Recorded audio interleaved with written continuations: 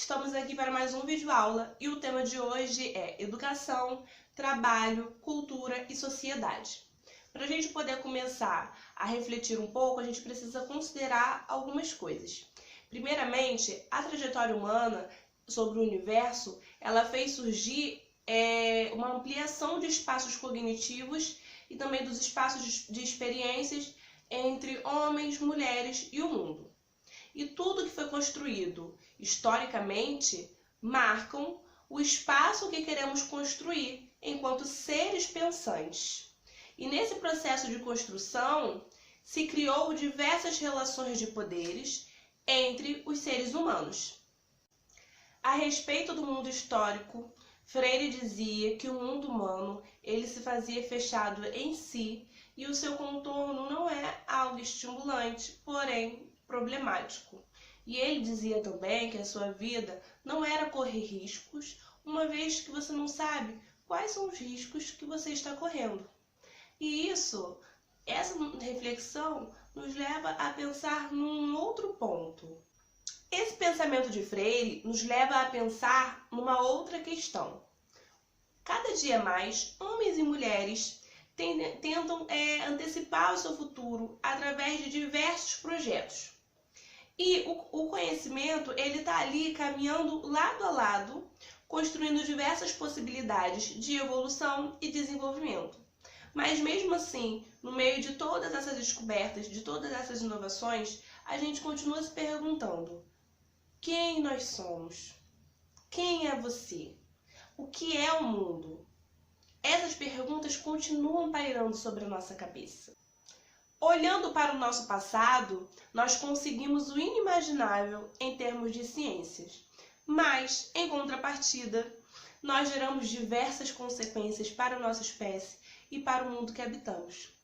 Então, cabe a nós mesmos nos questionarmos sobre a relação que a gente tem com esse mundo e a relação que a gente tem com os humanos que fazem parte dele. O homem, enquanto um ser produtivo, enquanto um ser humano produtivo, ele produz a sua existência a partir de ações intencionais. E assim ele produz, ele transforma, Assim ele transforma a natureza e a si mesmo. E a partir disso, a gente consegue compreender o momento histórico em que estamos envolvidos e isso se passa a ser um fator marcante do início do nosso tempo de alienação.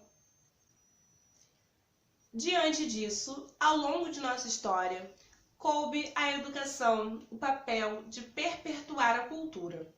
E a educação, como ato político, ela representa em suas estruturas a sociedade que a projeta. E assim, ela faz com que os sujeitos se encaixem aos padrões sociais. Como condição necessária à sobrevivência humana, o trabalho, de uma visão capitalista, ao mesmo tempo que ele humaniza, ele também leva à alienação. E assim, ele favorece a perpetuação de mazelas que estão presentes no nosso contexto histórico. E quanto a isso, Marx dizia que enquanto as atividades não fossem distribuídas voluntariamente, o homem continuaria sendo refém das suas ações. Ou seja, ele seria dominado pelas ações ao invés de dominá-las. O turbilhão de avanços históricos trouxeram vários feitos, como a descoberta do novo mundo, a comunicação, a psicanálise, a ciência. Porém, tais avanços, de acordo com Marx, são as maiores causas da nossa alienação. E diante disso, se torna necessário fazer com que homens e mulheres despertem para que eles se tornem sujeitos de sua própria história.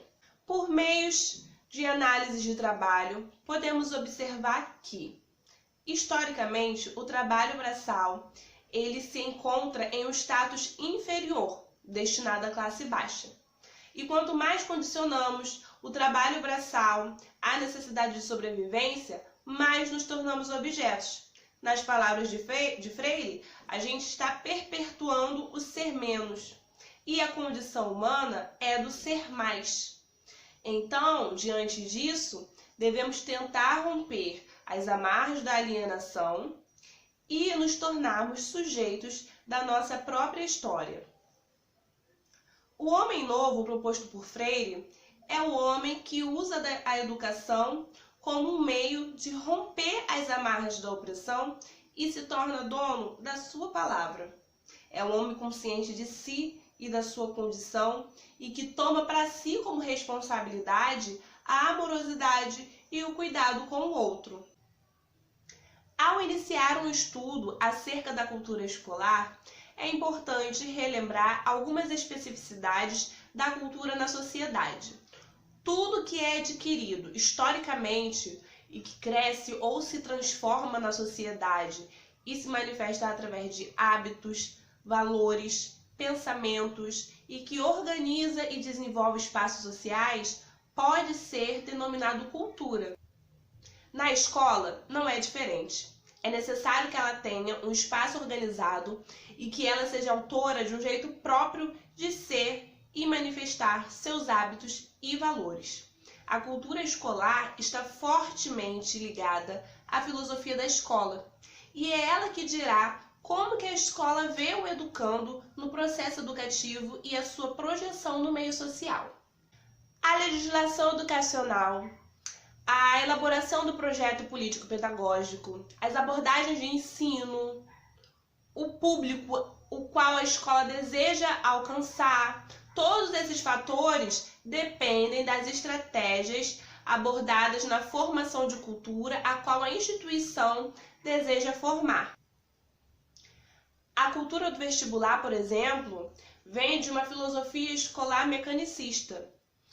A metodologia aplicada nessa escola será de fazer com que o aluno passe no vestibular, fique numa boa colocação, e a abordagem será de muitos exercícios, muita prática e pouca teoria.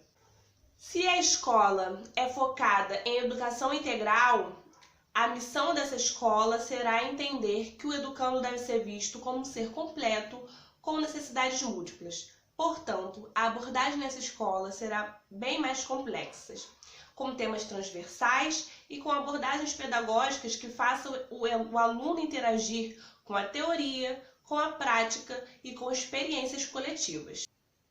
Diante dos fatos mencionados, pode-se dizer que da missão escolar saem seus valores, e de seus valores sai a sua política, e das suas políticas os seus objetivos e as suas estratégias. Concluindo, para a gente conseguir escolher a escola ideal, a gente precisa fazer uma breve análise da sua história, entender sua cultura, a sua missão, a sua filosofia, e é preciso também pesar os seus objetivos e a aplicabilidade deles nos ensinos diante das necessidades sociais.